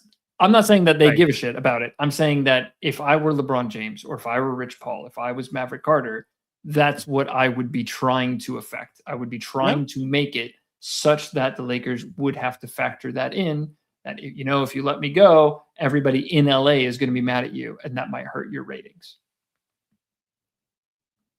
That's what I would guess. I hope that the Lakers prove themselves immune to that. I hope that they believe in the squad that they have without him. I hope that they believe in the numbers that I have there on the board. I mean, if I'm able to pull that together super quick, there's no way that the Lakers, as an organization, are not aware of this. I'm sure they have even much better stats, much more advanced stats for how much better they are and what they can do with $52 million. That would be of infinitely higher value. Not just on the court, but higher value from a media perspective. I think there's a lot of moves, which is the side of it that I think, doesn't get talked about much. But in terms of brand value, I think there's more they could do for ratings and more they could do for brand value without LeBron James that they could do for $52 million. I agree. If the push is Europe and the push is interest in China and India and to some degree in the Middle East and Africa and stuff, like there's a lot of other players who are more popular in those parts of the world that you could go get for $52 million. Like that's your interest. You could do something like that. You could bring one of the guys over from over there and have that pull if you want to. You already have Luka anyway. Who carried them into the playoffs in the first place. Absolutely. So just from a brand value perspective, never minding the basketball perspective, we all know, and AOH has proven a million times, and you can literally see it on the screen. What is the difference when LeBron plays with the Lakers, and what is the difference when LeBron does not play with the Lakers? First, it's not a whole lot, and what difference it is actually, is that they do a little bit better against worse teams with LeBron. I don't know. And they do just 1.4% worse against better teams when LeBron's not playing. I think that kind of says it all. That's not very valuable. That tells me that Pelinka has done a fantastic job of rebuilding that team. They're not going to go through a rebuild period. You know what I mean? They already went through the rebuild period. That's why LeBron fits in less and less and less every year. That's why those guys develop better and better chemistry every year. Now, whatever you want to think, I have lots of thoughts about the way that AR plays the game, but they have been developing that. They've been developing that chemistry. They just do better when he's not playing. It's just how it is. And you can get granular with it, as AOH has shown countless times. LeBron goes in, they fall behind, LeBron sits out, they catch back up. It even happens within the games. I'm not even going that deep into it. Just literally just the games outright. So I think there's better stuff that they could do. I really hope that they don't go into it. I don't think that they will. I think that it's toxic to the team that Pelinka has built. I think it's toxic. Jeannie's already gotten her value. She's already sold the stake of the Lakers that she wants to sell. There's no reason for her to risk it. There's no reason they can't take that short-term hit. They now have much bigger private equity money in there that cares more about the long-term value of the franchise and the push and the international value from pushing into Europe and other markets. So I don't think they care. I just cannot imagine a world where they care enough to deal with that. But, they could still do it. I don't know if you want to talk about the other, the no bet minimum and the championship and that stuff, but I will segue real quick in terms of other options, and then we can go back to more nonsense. Sure. Just because that seems to segue very nicely. I wanted to point some things out about LeBron's options. I see a lot of debate stuff of New York, is he going to go to New York? But that's the only other major market that still has all the media stuff that he would, whatever. Or he could go to the Clippers to stay in LA. He could go back to the Cavs, back where it all started. Oh, but Golden State could clear a bunch of room for him. Those are the only teams that have, cap space for him and stuff like that. There's a couple of considerations that I want everybody to be aware of as they continue talking about this over the next few weeks. Everybody keep this in your mind. CAA, Creative Artists Agency, I think is the name of it. CAA is the rival agency to Clutch. That is the agency that Rich Paul got his start at. That is actually the one who came up with the idea of super teams, that then Rich Paul and LeBron took that model, made it their own in 2012, formed Clutch, and poached a bunch of CAA stuff, and the two of them have been rivals ever since. Yeah. CAA has done a fantastic job over the last 11 years, I think I would put it at. 11 years of working their way into more front offices around the league and more of the sort of development pipeline, the G League, the European leagues like the NBA Africa. CAA is a lot more involved in that side of things. Right. CAA is the one who mostly represents basically the entire front office of the New York Knicks is now repped by CAA.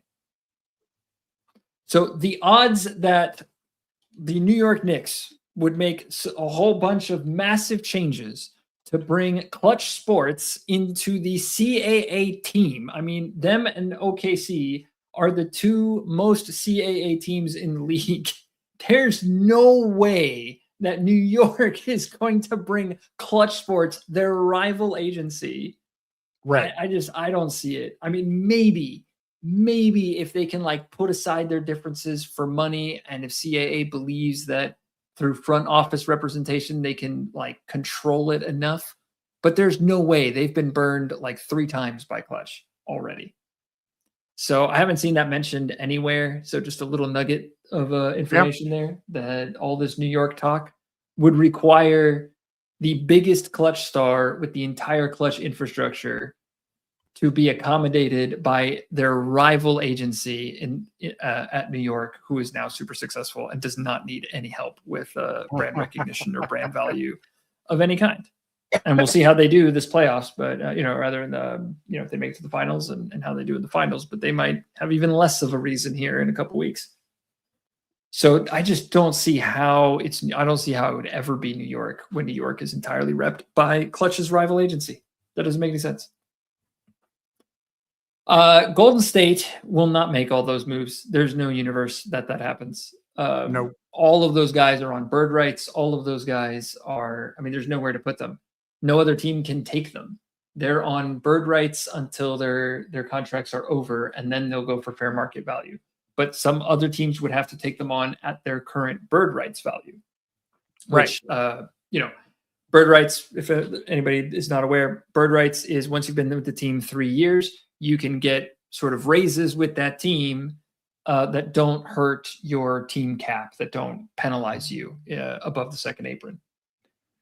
So other teams would have to take those contracts that are ridiculously high because they've been with GSW for over 3 years without the immunity to that. So it would actually hurt them significantly more. It's not just that they would have to pay that amount of money. It's that they would have to pay that amount of money and also not have any exemptions from taxes or penalties for doing it. So there's just not, I don't think Golden State has the ability to dump that on the market. I don't think they have the ability to make that room. This is their last year. This is, their last year with the guys they have. This is going to be, I think, Golden State's sort of farewell sort of tour. And then it's the following year that all those contracts are over. And then we'll see, what Golden State wants to do as far as rebuild. That's when, we'll see what the future holds for them in the long term. But that's where this era is over for Golden State. So they can't dump the value, is my point. They can't dump enough guys on the market. There are not teams that can afford to pay that in order to create that space for him to come to Golden State. So just no shot. So that leaves you with the Clippers, the Lakers, and the Cavs. The Clippers, no way. They would have to gut everything. They would have to get rid of everybody. People can argue they should, but I don't believe that they would. I don't believe that they will. That doesn't make any sense, especially with the the dealings that have been going on with with Kawhi and stuff. Like, no way. I mean, that's too embedded. I don't see that happening. Right. So it's LA. Either he can, suck out another year of LA, or he goes back to the Cavs. I think his goal with Luka and all that stuff there, I think his goal was to either make it to the finals or win the finals. But I think the goal was to make it to the finals and then go home to Cleveland. Clutch was involved in getting James Harden over to the Cavs. Clutch was involved in clearing up that cap space for Cleveland. So I think now that Luka got injured, I think that threw a huge monkey wrench into their plans. And I really hope it was on purpose. I really hope Luka did it to them on purpose. But purposefully or not, that's the situation I think that they find themselves in now. They find themselves now where if you go back to Cleveland, you're unlikely to actually go out on top. You didn't do it, and LA is still positioned to do it without you, which I think would be terrible for them. I mean, I think that's right. I think that's unacceptable to them. So I think now they want to try to get, as much as they can for one more year, and then they might just abandon the Cleveland idea altogether, which would be kind of funny to see. It would. But I think that's the goal. And I think Woodage is 100% right that real Laker fans do not want him to come back. There's no way. But, I think that was the window. You know what I mean? Like, it kept the brand value from going down from uncertainty and from lack of, from less ratings, less social media posts, less impressions and all that, for Jeannie Buss's sale of her stake. But now there's no reason to keep him. Yeah. Like, why would you avoid that and waste another year of the team you have without him? The team you have without him is better. Without question. And yeah, I think the whole Rob Pelinka's comments are PR nonsense. I think Luka's ambiguity when he was asked, is he going to try to recruit LeBron? I think they all on the back end already know the answer is no. And they're just biding their time until they finally say, get the fuck out. We don't care where you go, but you can't stay here. Yeah. Yeah. I mean, I hope that's what happens. The reality is if they do re-sign him again, I will wish nothing but terrible things for the Lakers until their organization no longer exists, because they will have reaped what they sow and deserve everything they get. Because it's not going to be good. There's not going to be, I'm going to knock on wood. Hopefully there will not be another pandemic, because without another pandemic, there's no chance of them winning another ring with LeBron on the team. There's absolutely no way. Yeah, I don't think so. I don't see it happening. They could, if he were to take it and then, get injured again, and then sit out for, let's say, 30 games next season or 40 games next season, yeah, then I think they actually have a legit chance. I think they could actually do it. And that's what I would expect to happen. That's honestly what I would expect to happen if he re-signed with LA. And I would bet that LA has seen enough of this behavior over the last, 8 years now, that they would be skeptical of or wary of that happening to them as well. I don't think they want to get left with that. But yeah, I mean, I think that's the only way. But that team is good enough now, I think, to get there or to be a contender. But yeah, that's what I think. I think that's what makes sense. I think they're screwed. I think the goal was to do a deep run this year, potentially actually win it, and then go to Cleveland and do your farewell tour. In Cleveland, look really nice, the kid from Akron, sort of, build up as much good PR as possible, and then go make that play for Vegas and with the Saudi League that he wants to start over there. Right. I think that was what the plan was. And then I think Luka getting injured and Austin Reeves getting injured. I think both of them getting injured, but Luka actually just being straight up out, I think completely tanked that thing. And now I think we're scrambling. Now I think it's a scramble to either find a way to make LA work one more time, Because if LA does well after he leaves, that looks terrible. I mean, they're going to. Like, I think that's a reality that they're just going to have to face. Yeah, but if he doesn't get any of the benefit of that, that's unacceptable, I think, to them. I think to their camp, Well, I think that's unacceptable to them.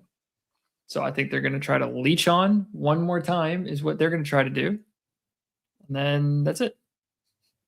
Or they'll just have to go to Cleveland. But either way, that leaves James Harden kind of screwed over there, doesn't it?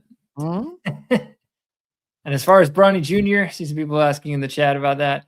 I have no idea, man. I mean, I would assume he follows along or, you know, like, I can't imagine that, you know, I mean, they could probably get whatever PR value they can get out of him, and that's probably about it.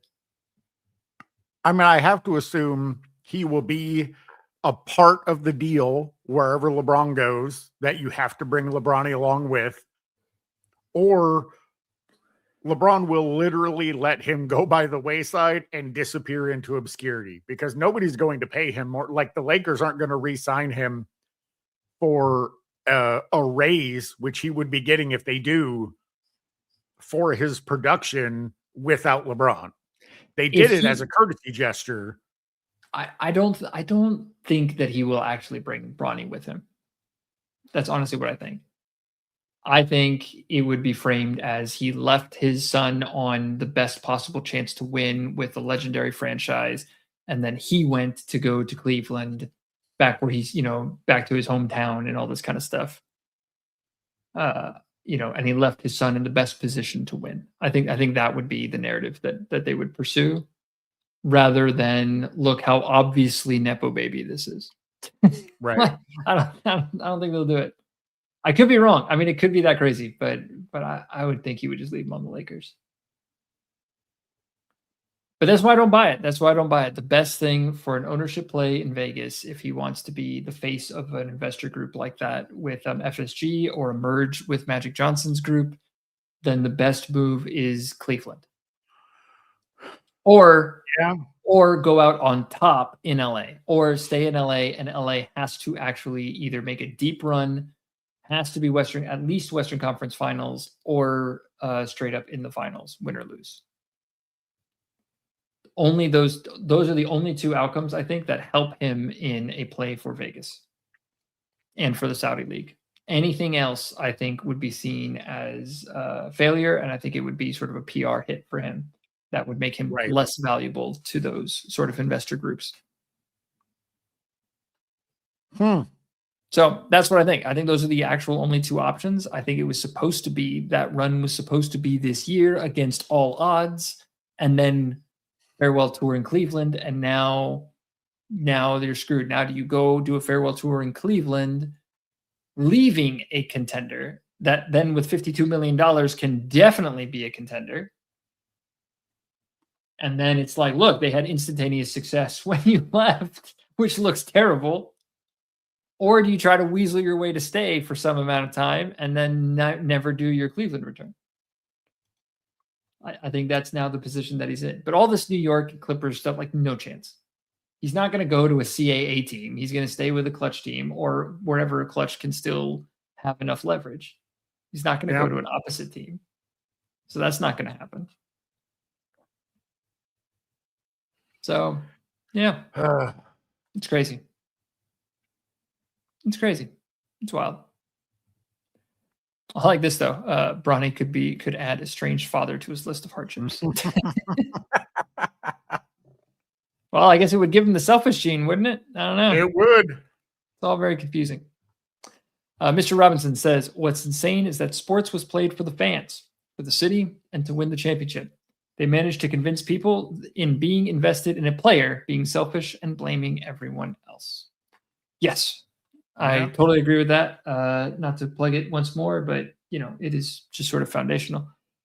If you ever want to go check out, if you haven't seen it, my first ever video was on how the league makes money, and it's exactly how that business model shifted from what was good for fans was also good for money, and how that shifted. And now what is good for fans is completely irrelevant to money.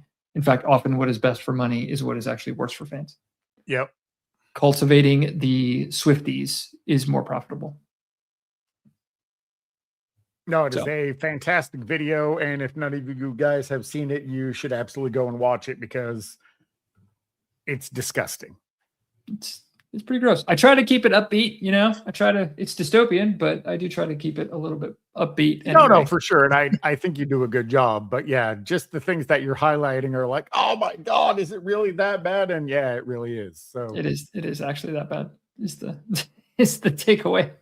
that is definitely what's gross. So kind of segueing to the next thing, do you think LeBron being unwilling to accept the vet minimum will limit his options of where he can go?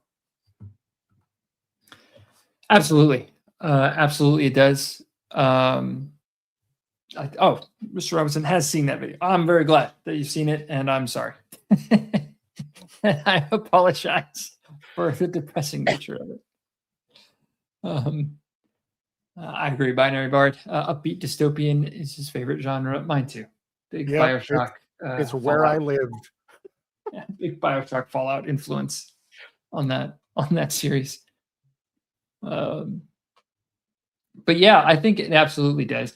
I don't even think it screws up where he can go, because I don't think he wants to go anywhere else. I don't think he wants to go to a different team. I don't think he wants to leave LA. I think that was the plan. I think, like I said, I think the plan was go out on top in LA so that any success that LA has following him can be seen as, you know, him having caused, not as a result of him leaving, and then go to the Cavs. I had said, and I actually have this documented, I said this in early February, that his best move would be to do well this year, get carried by Luka, and then take a vet minimum in Cleveland to give Cleveland the best opportunity to, you know, really be a better contender next year. Right. And then that win or lose doesn't matter if he takes the vet minimum and goes home with it after having succeeded in LA. Then that would make him the most sort of high value that he could get for the sort of face of and public facing spot of his investment group with either Fenway Sports Group or Magic Johnson's group.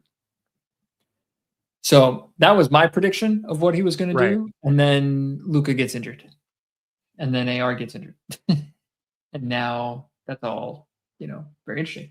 So if I were a betting man, what I would say he ought to do would be to take the vet minimum and stay in LA. I would say to do the big pay cut in LA to give LA, you know, whatever it is, $49 million to work with, that then would be them getting over the hump and then, you know, actually doing something huge. But taking that vet minimum would be an even more reduced role than third option. Then everybody would say that, oh, that's only because, you know, like old Karl Malone or old Charles Barkley kind of thing. I think everybody would then call it like that and delegitimize whatever success they had as not really being because of LeBron James. But, you know, I think if he stays there and they pay him $40-something million or $50 million, even if he takes a small pay cut, which is probably what he'll try to do. I mean, that's what he said. Small pay cut. Yeah, but even if LA does it, I'm not sure that LA will even do that. But even if LA does it, that's still a huge liability. You know, I still don't think that that's going to help LA to get anywhere. I think that's going to actively hurt. Yeah. So, you know, so it's an interesting question. It's going to be interesting to see what the new controlling stake of LA thinks about that, and whether they can even force Pelinka to deal with this for one more year. Pelinka's been building for years. He's been building since 2023 to get out from LeBron James. And, you know, Jeannie Buss voted to kill LeBron James's model, to kill the Clutchonomics team model. So everybody in the Lakers, all the power people in the Lakers have been boxing him out step by step and boxing out Clutch and voting against Clutch and banning Clutch. And they've just been very anti-Clutch for the last 4 years. So I don't know. It's crazy. So that's what I think. That's my view on his options, but it's LA or Cleveland. for one of those two reasons, and then a whole bunch of bullshit narrative around it. Crazy. It's going to be interesting to see how all of this plays out. Yeah, it's wild, but the end game of this is making a play for Vegas and for taking Fullwell 73, his new production company, sort of taking that to the heights of sports media. That's where his attention. That's where the plan is. So I'm looking at these things in terms of what best helps accomplish those things. Like what's in the best interest for that media company? What's in the best interest for Fullwell is for global sports media, not domestic. So what's in his best interest for that? That would be Saudi League, that would be Europe, that would be international markets. So what helps most with that is staying in LA and going out on top. What helps more for Vegas is a return to Cleveland very humbly and looking like the greatest PR, genius, greatest PR move guy, since Magic Johnson. So question I have is, the Knicks are up 2-0 over the Cavs. If the Cavs lose this, would he still consider that option? Absolutely. Actually, it's in his best interest if the Cavs lose, I think. Interesting. If they win and then LeBron joins them and then they lose next year, then LeBron tanked them. So it's in his best interest for them to lose so that LeBron going either keeps it the same or makes them win. That's the only two good options. You can't have them be worse. Right. That'd be terrible. AOH in the chat says, "Hey guys, good topics. Sorry I couldn't make it." Absolutely not. Don't even worry about it whatsoever. No big deal, man. Just know you are always welcome. That's right. You're welcome to call in, give any thoughts if you want as we wrap up. But otherwise, this was a lot of topics, and there are still more. This is one hell of a week. It's one hell of a week. Crazy what's going on. So we're actually going to be saving the clutch time conversation for another stream because it's just so much this week. But yeah, that's where I'm at with that. Vincente says, also, I'm sorry, Cleveland would be absolutely stupid to bring him back. Dude has burned them twice already. I think the city would riot if he went back to Cleveland. I mean, he has just destroyed every team that he's gone to. So we will be talking about that in an upcoming live here about what it has actually cost these teams beyond just financially, but what does it actually cost them? It's awful. It's terrible. It's gross. And when you compare it against other runs, it gets even worse. So, yeah, I think any team would be crazy to bring him on. If there's not a single team in the NBA that I would recommend bringing him. The brand value is not worth it. You have to mortgage too much, and you get nothing back. Like, it's purely extractive. It's purely parasitic. It's for the same reason I wouldn't suggest for anybody to attach themselves to a parasite. Same reason. It's just bad business. Yeah, it's just not good. It's just never a good. I can't think of any times where anybody's been recommended that. That's ever worked out in anyone's favor other than the parasites. Yeah, what you should do for your long-term health? You should just live the rest of your life with a parasite. Like, no, that's a terrible idea. That's never been good. I wouldn't recommend it to any NBA team or any other business either. Yeah, if you take away anything from this live, it's do not attach yourself to a parasite. Yeah. But whatever. I guess they're going to spend a few weeks debating of, who would like to have a parasite and how many millions, are they willing to spend on it? Yeah. How much are you willing to pay for a parasite to destroy your organization? That's the question they did ask themselves. Yep.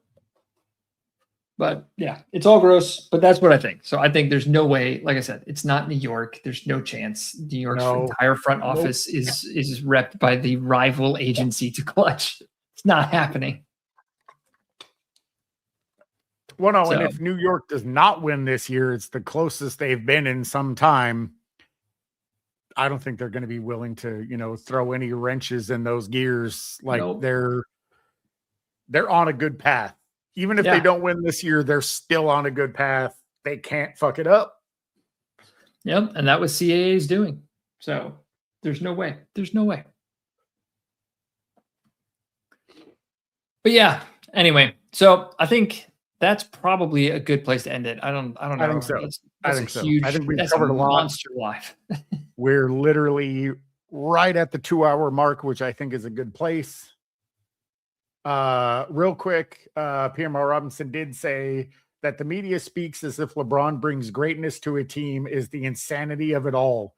The guy that says ring culture is toxic. How toxic? Not level 1, not level 2, not level 3. Oh, actually, AOH, I have something for you if you are still in the chat. Let me put this up for you. We are learning. Yeah, we're learning to do this. But here is one stat for you. I can put up on the screen there. I did a quick calculation of it. This is just one more time for everybody. This is a great note to end on. This is the LeBron difference of 25 to 26. This season, when LeBron was not playing, when he missed the entire game, they had a 63.6% win rate, and their opponents had an average of a 51.2% win rate. Whereas when LeBron was playing, they got a small bump, 1.4%. They did 65% win rate against teams that had a lower win rate. So they did slightly better against slightly worse teams when he was playing, and they did a little bit worse against better teams when he wasn't playing. And so somehow I'm expected to believe that that is worth $50 some odd million. Yes, Binary Bard. That's perfect. It's amazing what he's doing at this age. It really is. I'm constantly blown away. So, there it is. I mean, it's just, there's the numbers. That's worth $50 million. That's what they're arguing. They're arguing to see if that's worth $50 million. So, it's crazy stuff. But anyway, thank you everybody for coming. This was a monster live. So many topics, such a big week. Really appreciate everybody who came by, everybody who came in, anybody listening from the future. Hello, and thanks for listening. Thanks for checking it out. Thanks for giving our opinions a shot here. We hope you all enjoyed it very much. Cyberius, thanks for joining me. I can't tell you, it's so great to have friends to do this stuff with. This is a lot of fun. I couldn't agree more. Thank you to everyone in the chat. You guys always have amazing insights, fantastic comments. I can tell that you're all true scholars of the game, which is why I have the utmost respect for all of you. Thank you, PMR, for doing this with me, or for hosting this, for bringing all of the facts, for bringing the information, for having a topic list and making sure that we stick to it and don't go too far offhand. An absolutely fantastic live, just chocked full of information. And I think we got through all of it. There's still a lot more to go through. Oh, yeah. But man, but plenty of time for that. Great show. All right, everyone. Thank you very much. Happy Friday. Have a great weekend. We'll see you back. Next is Tuesday Classic Games. Tuesday Classic 7 o'clock, Games. 7 o'clock Central, or whatever time, wherever you are. Thanks very much, everyone. Cheers. All right. Happy Friday.